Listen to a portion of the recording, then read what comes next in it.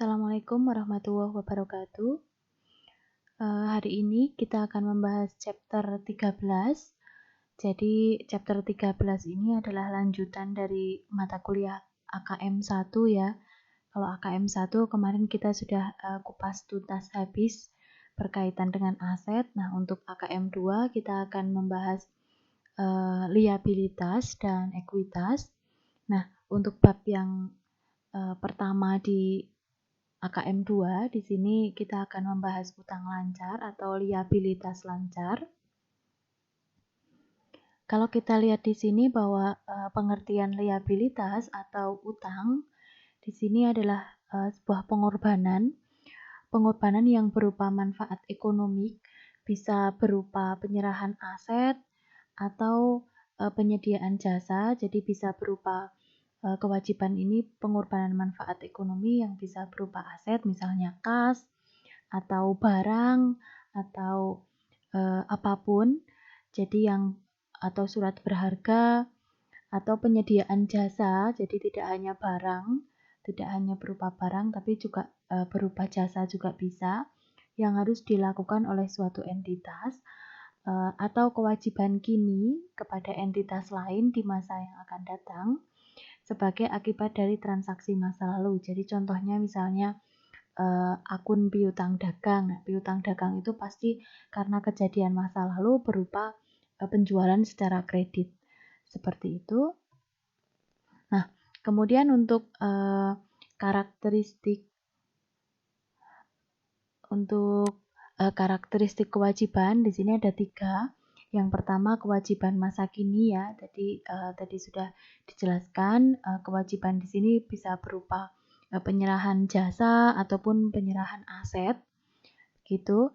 Kemudian akibat peristiwa masa lalu, jadi adanya akun kewajiban ini pasti karena ada peristiwa masa lalu. Jadi misalnya adanya utang wesel misalnya, nah itu pasti ada kewajiban masa lalu, ada peristiwa masa lalu yang sudah terjadi. Kemudian diukur dalam satuan moneter, jadi yang namanya kewajiban pasti ada nilai moneternya dalam bentuk rupiah, seperti itu. Nah, untuk penggolongan kewajiban di sini ada 2, kewajiban lancar dan kewajiban yang tidak lancar. Jadi kalau kewajiban lancar ini jangka waktu pelunasannya maksimal 1 tahun. Kemudian untuk kewajiban atau utang yang sifatnya tidak lancar, di sini kewajiban yang jangka waktu pelunasannya itu lebih dari 1 tahun. Nah, di sini kita bahas satu-satu untuk kewajiban lancar. Kewajiban lancar ini terjadi dalam kaitannya dengan operasi normal perusahaan yang harus diklasifikasikan sebagai utang lancar. Nah, jadi kalau kegiatan normal perusahaan, operasional perusahaan ini biasanya pakainya utang lancar. Misalnya aja perusahaan membeli bahan baku secara kredit misalnya. Nah, biasanya pembelian bahan baku ini pastinya tidak akan lebih dari 1 tahun. Kenapa? Ya karena kalau misalnya bahan baku diutang sampai 5 tahun gitu kan pasti operasional perusahaan akan terganggu. Seperti itu. Kemudian apabila aset lancar akan digunakan untuk menyelesaikan kewajiban dalam waktu 1 atau 1 tahun atau dalam 1 siklus akuntansi, maka tergantung seberapa panjang pelunasan utang tersebut. Jadi ketika perusahaan memutuskan untuk membayar utang dalam utang lancar dalam satu siklus akuntansi, perusahaan juga harus memikirkan kalau misalnya pakai kas yang mengendap di perusahaan, apakah itu akan mengganggu operasional perusahaan dalam 1 tahun, atau ketika kita melunasi utang ternyata malah operasional kita tidak akan berjalan dan mengakibatkan perusahaan mengalami kerugian. Nah, jadi jangan sampai seperti itu. Kemudian yang selanjutnya di sini adalah kewajiban yang tidak lancar, jadi yang jangka waktu pelunasannya ini lebih dari 1 tahun. Kemudian di sini suatu kewajiban yang akan diselesaikan dengan menggunakan aset tidak lancar yang sengaja telah diakumulasikan, maka dalam neraca kewajiban tersebut harus tetap disajikan sebagai utang tidak lancar. Jadi untuk kewajiban yang lebih dari 1 tahun ini juga harus penyajiannya ini juga harus disajikan di bagian utang tidak lancar. Jadi tidak boleh dilunasi kemudian masuk ke utang lancar, itu tidak boleh. Kemudian penggolongan kewajiban di sini maksudnya yang tadi kewajiban lancar dan tidak lancar sangat penting karena akan berdampak langsung pada rasio modal kerja. Di sini biasa disebut working capital ratio atau ada juga yang menyebut current ratio. Seperti itu, kemudian sebagai indikator dalam pengukuran tingkat likuiditas suatu perusahaan. Jadi tingkat likuiditas suatu perusahaan bisa dilihat dari utangnya, seberapa liquid atau seberapa mampu perusahaan itu dalam melunasi utangnya. Seperti itu. Nah, kemudian untuk pengukuran dan pengakuan kewajiban, di sini pengukuran utang, kemudian ini dinilai berdasarkan nilai tunai dari arus kas yang di masa yang akan datang. Nah, sedangkan untuk penilaian atau pengukurannya di sini utang dengan nilai pasti. Jadi nilainya pasti di sini, jangka waktunya pasti, berapa utangnya, kemudian bunganya, misalnya kalau ada bunga, kemudian kalau ada potongan berapa dan lain sebagainya. Ini yang nilainya itu pasti. Kemudian yang kedua ada utang yang nilainya tidak pasti atau biasanya disebut dengan utang estimasi. Nah, ini akan kita bahas di chapter selanjutnya. Utang estimasi di sini misalnya utang garansi, utang voucher, utang hadiah, kemudian ada banyak lagi untuk utang yang nilainya tidak pasti. Jadi kita belum tahu nih besarnya nilainya yang harus dicatat oleh perusahaan, yang diakui sebagai utang dan lain sebagainya. Ini belum nilainya belum pasti dan belum bisa diprediksi oleh perusahaan. Dan untuk penilaian utang yang ketiga di sini adalah utang kontingensi. Utang kontingensi di sini berkaitan dengan tuntutan hukum ya, bisa tuntutan atas hak paten misalnya. Jadi kalau misalnya perusahaan itu mengalami kasus hukum dan lain sebagainya, nah ini masuknya ke utang kontingensi.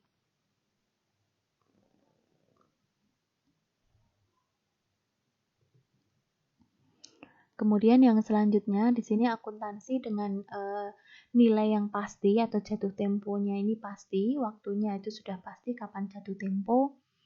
Kemudian di sini untuk penyajiannya dalam neraca dan timbul dalam kaitannya dengan operasi normal perusahaan. Jadi yang nilainya pasti, kemudian jatuh temponya pasti, ini biasanya ada di operasi perusahaan, jadi kegiatan rutin perusahaan, contohnya aja utang dagang. Utang dagang ini juga pasti nilainya pasti, misalnya kita beli bahan baku pasti ada berapa kilo, ada berapa ton, atau ada berapa rupiah, nah, seperti itu. Jadi nilainya pasti, jatuh temponya pasti.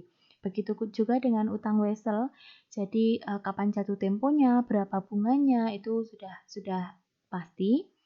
Utang gaji dan upah ini juga sama, pembayaran utang gaji dan upah itu pasti sebulan sekali, nggak mungkin pekerja itu diberikan gaji 5 bulan sekali, pasti nggak mau.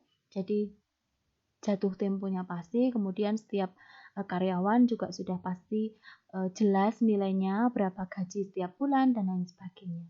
Begitu juga dengan utang PPh pasal 21. Kemudian untuk utang dagang di sini, untuk utang dagang di sini mengacu pada jumlah utang yang harus dibayarkan atas pembelian bahan baku dan bahan penolong oleh perusahaan manufaktur atau barang dagangan oleh perusahaan retail. Nah, utang dagang ini biasanya berkaitan dengan cut-off atau pisah batas. Di sini digunakan dalam transaksi menjelang akhir periode tahun buku dengan tujuan memastikan pengakuan pelaporan utang dan persediaan. Nah, ini contohnya ada di slide berikutnya. Di sini contoh untuk pisah batas. Ada PT Retailindo melakukan transaksi pembelian terakhir di tahun 2017, di sini tanggal 28 Desember 2017, dengan nilai transaksi 250 juta. Nah, barang tersebut baru akan sampai di gudang perusahaan pada 5 Januari 2018. Jadi kalau kita lihat di sini sudah ganti tahun ya, jadi sudah ganti periode akuntansi. Kalau ini transaksinya itu tanggal 28 Desember tahun 2017, tapi barangnya baru sampai 5 Januari 2018. Nah, berikut saldo neraca PT Retailindo pada 31 Desember 2017. Di sini persediaan barang dagang yang tersaji di neraca di sini 500 juta dan saldo utang dagang di neraca di sini 375 juta. Nah, yang ditanyakan di sini membuat jurnal dan membuat saldo rekening. Gitu.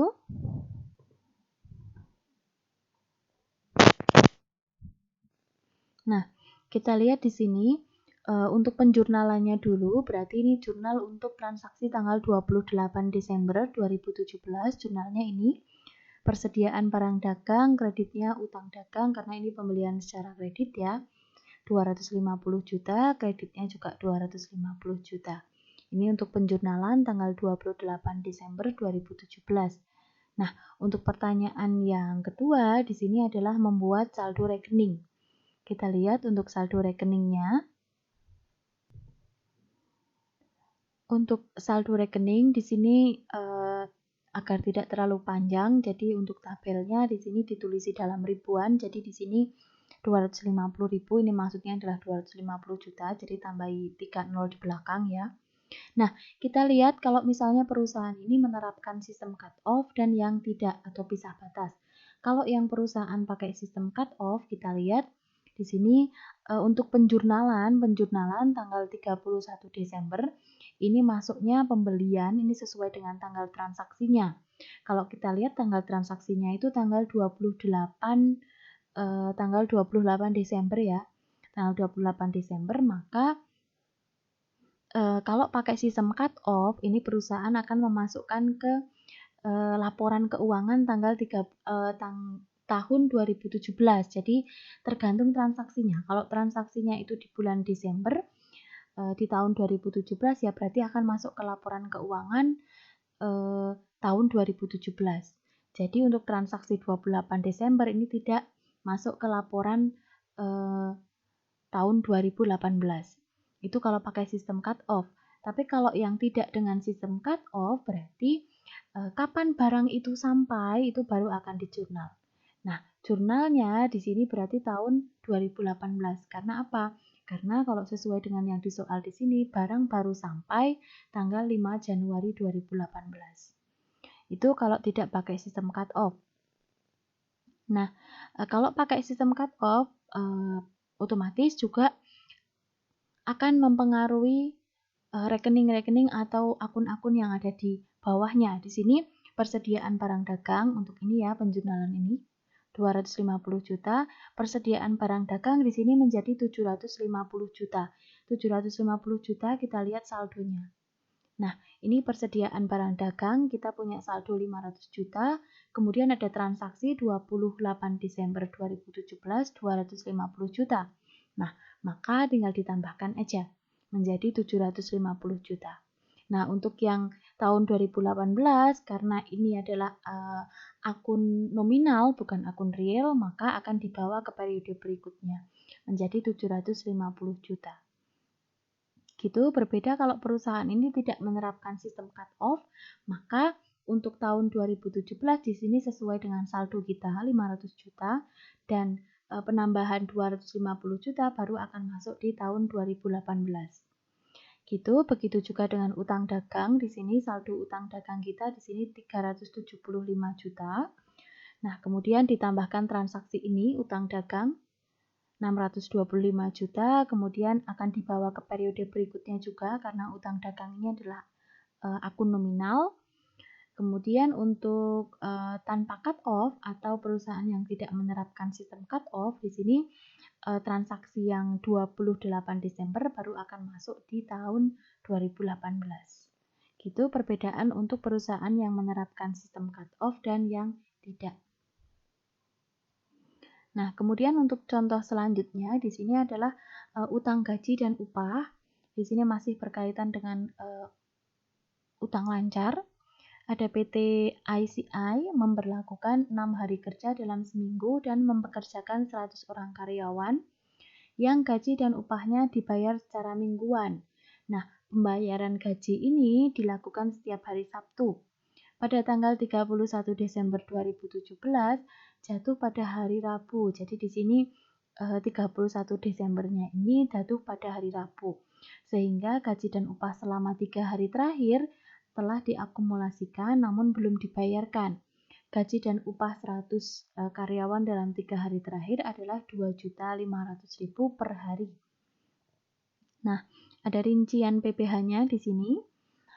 PPh pasal 21 750.000, ada iuran jam sostek 300.000, iuran tabungan hari tua 225.000 dan iuran pensiun 450.000. Nah, yang ditanyakan dalam soal ini membuat jurnal yang diperlukan oleh PT ICI, sertakan perhitungan juga. Nah, kita lihat di sini untuk penjurnalan tanggal 31 Desember 2017. Di sini di jurnal sebagai biaya gaji dan upah. Karena apa? Karena kalau kita lihat di situ 31 Desember itu jatuh di hari Rabu, berarti para pekerja ini sudah bekerja selama 3 hari. Jadi Senin, Selasa, Rabu, nah 3 hari kalikan per harinya 2.500.000. Berarti tinggal dikalikan 3 aja, 7.500.000. Nah, masukkan ke akun utang gaji dan upah.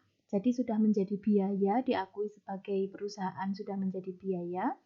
Nah, kemudian tanggal 1 Januari 2018 ini utang gaji dan upah belum menjadi biaya. Kenapa? Karena untuk 3 hari selanjutnya ini baru pekerjaan belum selesai, jadi masih hari Kamis, Jumat, dan Sabtu. Nah, tinggal dikalikan 3 juga di sini, jadi 2.500.000 kalikan 3 hari. Gitu, kemudian kreditnya biaya gaji dan upah. Gitu. Nah, kemudian untuk perhitungannya di sini kita lihat tadi di soal ada potongan-potongan ya. Di sini gaji dan upah bruto di sini 15 juta. 15 juta ini berarti 2.500.000 kalikan 6 hari. Senin sampai dengan Sabtu. Kemudian ada potongan di sini sesuai dengan yang di soal PPh pasal 21 750.000 sesuai dengan soal yang ini. Kemudian iuran jam sostek, iuran tabungan hari tua, dan iuran pensiun. Kita masukkan semuanya. Nah, jumlah potongannya di sini senilai 1.725.000. Dan gaji netonya atau gaji bersihnya ini adalah 13.275.000. Itu untuk perhitungannya.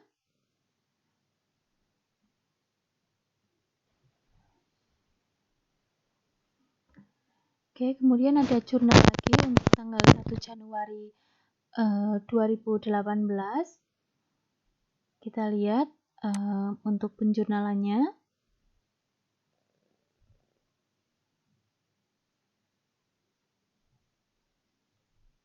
Nah, ini untuk jurnal tanggal 1 Januari 2018. Jadi di sini kita akui biaya gaji dan upah tadi. Dari sini ya, biaya gaji dan upah. Ini 7.500.000. Kemudian utang gaji dan upah juga sama di sini. Dari jurnal ini, utang gaji dan upah 7.500.000 untuk jurnal yang tadi. Nah, kita kurangkan dengan potongan tadi ada PPh pasal 21 750.000, kemudian ada iuran jam sostek 300.000, kemudian ada utang iuran tabungan hari tua 225.000, dan terakhir iuran untuk dana pensiun 450.000. Nah, total kas yang harus dibayarkan oleh perusahaan sebesar 13.275.000. Ini sesuai dengan perhitungan tadi. Gitu. Kemudian untuk slide selanjutnya.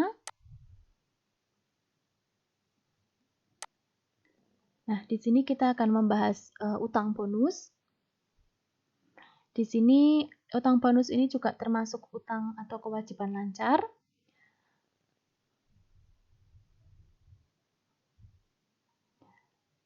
Oke, di sini ada PT Sejahtera memperoleh laba sebelum pajak dan bonus kepada direksi perusahaan sebesar 500 juta dalam tahun buku 2017.